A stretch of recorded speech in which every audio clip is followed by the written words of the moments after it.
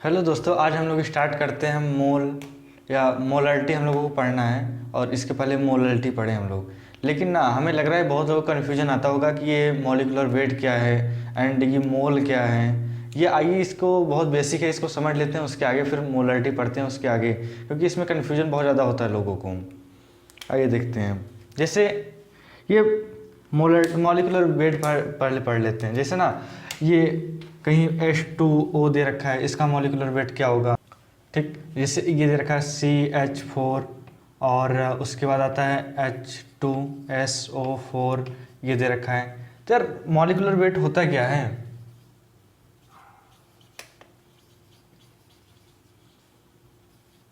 WT, ठीक, ये हुआ मॉलिक्यूलर वेट। यार देखो, सबसे पहले अगर मॉलिक्यूलर वेट निकालना है तो भाई हम लोगों को एटॉमिक भार मालूम होना चाहिए। एटॉमिक मास, एटॉमिक भार मतलब परमाणु भार हिंदी में बोलते हैं उसको। तो एटॉमिक मास हम लोग जाना है। जैसे हम लोगों को भाई दे रखा है हीलियम का, नहीं हाइड्रोजन का 1, हीलियम का 2। यार ऐसे ही होता है, ये 30 तक हम लोगों को याद होना चाहिए। लिथियम का 3, ऐसे ही होता हम लोगों को याद होना चाहिए। तो यार मेन यहाँ पे जो दे रखा है, जैसे ओ का ये होता है, ये एटॉमिक यार एटॉमिक नंबर है, ये एटॉमिक मास नहीं है, ये एटॉमिक नंबर है। हाइड्रोजन का 1, हीलियम का 2 और लिथियम का 3, ठीक।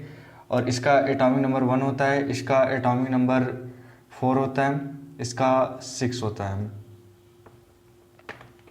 ठीक। ओ का देखो, हम लोग ऑक्सीजन का मतलब hydrogen, helium, lithium, beryllium, boron, carbon, nitrogen, ये सब हम लोग पढ़ते हैं, ठीक।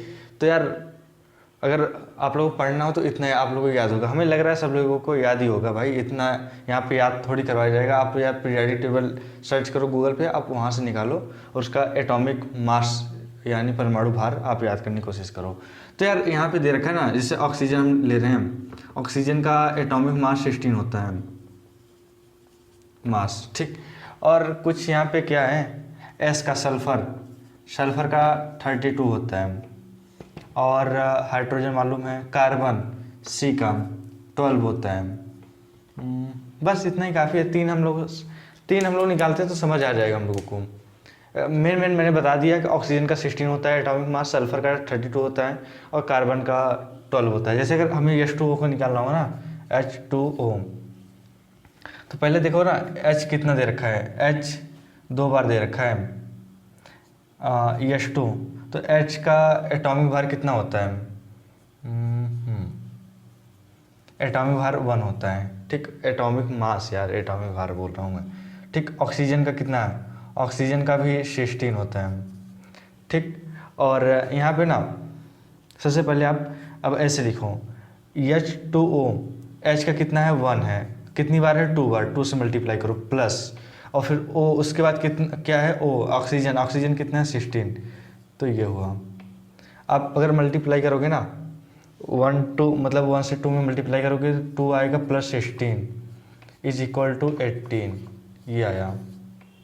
जैसे मान लो CH4 का, ये फर्स्ट हो गया, सेकंड CH4 का जैसे यहाँ पे कितना C, देखो C का कार्बन 1 है और एटॉमिक मास कितना इसका कितना होगा, 12 होता है कार्बन का। H का हाइड्रोजन हो गया, हाइड्रोजन 4 है, और उसके बाद एटॉमिक मास 1 होता है। अब इसको सॉल्व करने के लिए आप ऐसे लगाओ, इक्वल लिखो या ऐसे कुछ भी लगाओ आप, फिर उसके बाद ब्रैकेट लगाओ, C का कितना है, 12, ठीक। उसके बाद देखो, जैसे H दे रखा है, ये अलग यार एटॉमिक है, एटम है, ठीक। और ये एक मिनट, CH4 देखा है तो देखो C अलग है, H अलग है, तो जो अगर देखो दोनों अलग अलग हैं तो दोनों जब अलग अलग है तो वहाँ पे प्लस लगेगा, दोनों एक हैं तो एक ही रहेगा। जैसे Na का सोडियम होता है, मतलब सोडियम का Na होता है और इसका परमाणु क्रम एटॉमिक नंबर 11 होता है, ठीक। और इसका एटॉमिक मास 23 होता है, ये होता है। उसी प्रकार यार, जैसे ना अब यहाँ पे अलग देखो, एन ए एक ही है, कभी मत सोच लेना यार सब अलग अलग होते हैं, नहीं नहीं। जैसे सी एच, सी अलग होता है, आप लोगों को याद करोगे तो समझ आ जाएगा कि एटॉमिक क्या होता है, मतलब सी क्या, कार्बन कब होते हैं, एच कहाँ पे होता है, एच टू मतलब एच ओ और एच अलग अलग, सब ये अलग अलग होते हैं। जैसे यहाँ पे 12 दे रखा है, ठीक, सी कार्बन का एटॉमिक मास 12 प्लस, देखो ये अलग है, एच अलग है, एच कितनी बार है, एटॉमिक मास 1 इंटू कितनी बार है, 4 टाइम्स, मल्टीप्लाई करो तो कितना आएगा, 12 प्लस 4 कितना हुआ, 16, ये हुआ। अगर आइए और इसका और आगे देखते हैं, जैसे H2SO4 ये दे रखा है, तो भाई H2 और AS अलग अलग हैं और O भी अलग है, सब अलग अलग है। तो आप इसको ऐसे करो, H का H2 एटॉमिक मास 1 और S का एटॉमिक मास 32 और O का एटॉमिक मास O4 है ना, O का O4 और एटॉमिक मास 16। तो यार देखो यहाँ पे कितना दे रखा है, H का 1 इंटू 2 बार है H, फिर प्लस, जब अलग एटॉमिक एटम गिनना जाए, हम गिनने जाएँ, पीरियोडिक टेबल का दूसरा वैल्यू लेने जाएँ तो प्लस लगा देते हैं हम। और यस कितना है, 32 एक बार है, प्लस ओ कितना बार है, 16 इंटू 4 टाइम्स है, ब्रैकेट लगाओ तो कितना आएगा ये, 1 इंटू 2 प्लस 32 प्लस इन दोनों को मल्टीप्लाई करोगे कितना आएगा, 64, और उसके बाद ऐड करो कितना आएगा ये, 32 9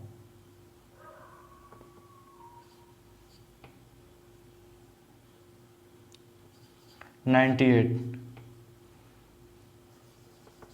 ठीक, ये हुआ। यार अलग अलग दे रखा है, जैसे मान लो कुछ और लेते हैं अभी, क्या लें, आ जाओ यहीं पे ले लेते हैं, रुक जाओ।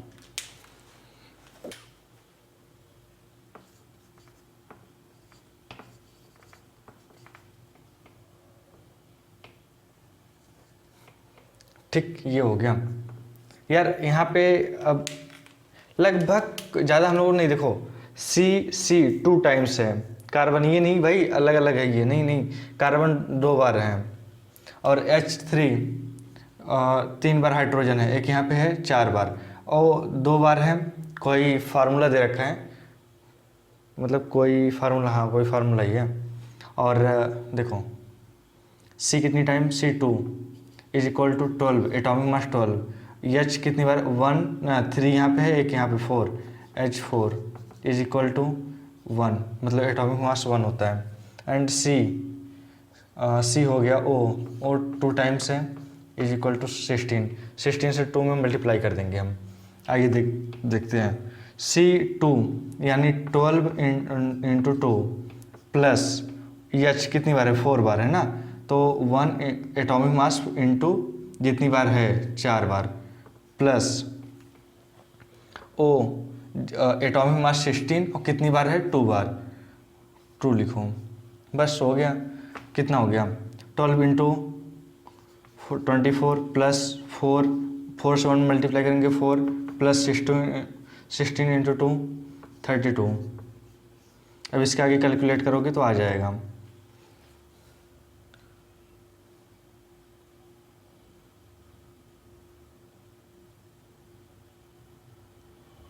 इसके आगे आप कैलकुलेट कर लेना।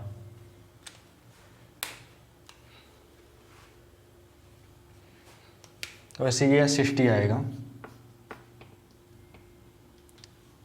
यस दोस्तों, आइए अब मोल देख लेते हैं, मोल होता क्या है। ठीक, जैसे मोल हम लोग पढ़ते हैं ना डेली लाइफ में, तो यार मोल का मतलब ये नहीं है, मोल जैसे एवोगैड्रो का संख्या होता है कि 6.022 इंटू 10 की पावर 23 ये है। तो यार इसका मतलब ये मत समझ लेना कि हर जगह यही यूज होने वाला है, ऐसा कुछ नहीं है। जैसे अगर आपसे बोल दिया जाए कि 1 मोल केला, ठीक, तो समझ लीजिए ना 1 मोल केले का मतलब ना फिर इतना 1 मोल बराबर इतना होता है, बराबर 1 मोल। ठीक, ये हुआ 1 मोल बराबर कितना हो गया, 1 मोल केला तो इतना ही होगा 6.022 इंटू 10⁻23, ये हो गया केला। ठीक, हिंदी में, हिंदी वाला इंग्लिश। और बनाना आप लिखना चाहो बनाना भी लिख लेना। अगर बोल दिया जाएगा 1 मोल GF यानी गर्लफ्रेंड, ठीक, इरेज कर दो। ठीक, तो कितना होगा 6.022 इंटू 10⁻23। यार कुछ भी ले लो आप, 1 मोल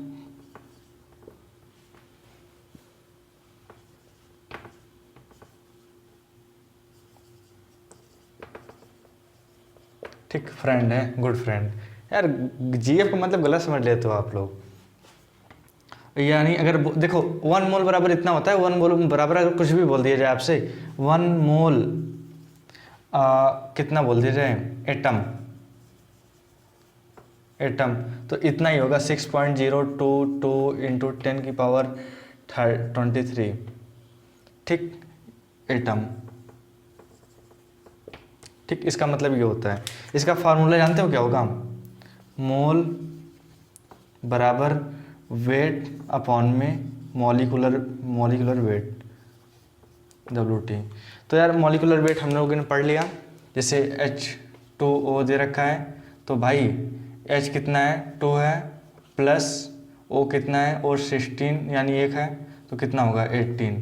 तो मॉलिकुलर वेट हम लोगों ने निकाल लिया है H2O का। यार याद नहीं करना है, कहीं भी आ जाए आप लोग निकालना सीखना है कि भाई देखो H का एटॉमिक मास कितना होता है ये, और इसका एटॉमिक मास 16 और ये अलग है एटॉमिक, और ये एटॉमिक मास इसका अलग होता है, इसका अलग होगा। तो भाई जब दोनों का अलग होता है तो दोनों को ऐड करना है। और अगर जैसे यहाँ पे O5 दे रखा है यानी 16 इंटू 5 एटॉमिक मास से मल्टीप्लाई करना है। जैसे अगर यहाँ पे 10 दे रखा होता ऑक्सीजन, तो यार जितना एटॉमिक मास होगा उससे उसका ऑक्सीजन मास मतलब मल्टीप्लाई कर देंगे एटॉमिक मास से। तो यही होता है। ये कितना है वेट, वेट यार कुछ भी दे रखा है, जैसे मान लीजिए अगर दे रखा है 10 ग्राम, ठीक, मॉलिकुलर वेट H2O का मान लो,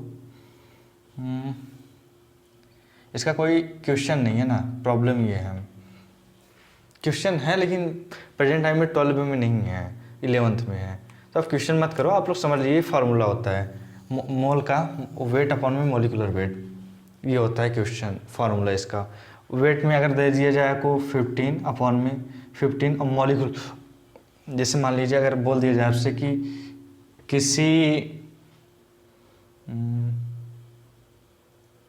किसी मोल, छोड़ो जाने दो, क्वेश्चन चक्कर में मत पढ़ो, बस ये फार्मूला जानो काफ़ी है, क्योंकि फार्मूला मुझे भी याद नहीं है, मतलब यार क्वेश्चन मुझे भी याद नहीं है भाई। ये हो गया मोल। और इसके बाद आगे पढ़ते हैं हम, आइए कुछ सिंबल जान लेते हैं, थोड़ा बहुत सिंबल भी जानना हम लोगों को ज़रूरी है। ठीक, सिंबल इसका मतलब जानते हो क्या होगा, मोल फ्रैक्शन। ठीक, स्पेलिंग आगे लिख लीजिएगा, मोल फ्रैक्शन। और अगर यहाँ पे स्मॉल n दे रखा है तो जानते हो क्या होगा, मोल, दिख रहा है, दिख रहा है, तो ये हुआ। और उसके बाद अगर आ गया हम W यानी वेट तौलने वाला, और उसके बाद आ गया देखो स्मॉल m का मोलल्टी,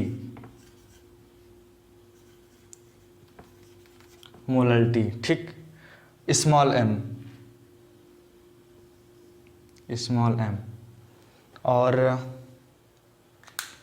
और आगे देखेंगे क्या। ठीक, ये हो गया।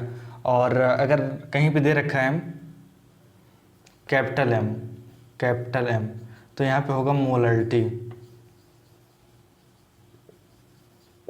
ठीक, और अगर कहीं पे आपको दे रखा है M का मतलब normality,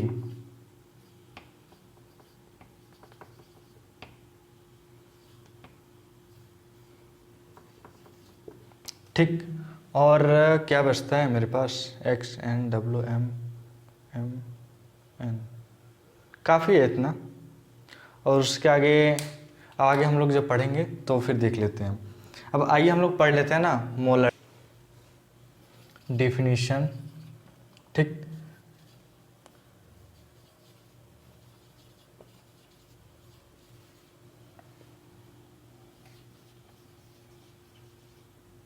total mole of solute dissolve in 1 litre solvent, ठीक। ये हुआ total mole of solute dissolve in 1 litre solvent, या 1 लीटर को आप 1 लीटर बराबर 1 लीटर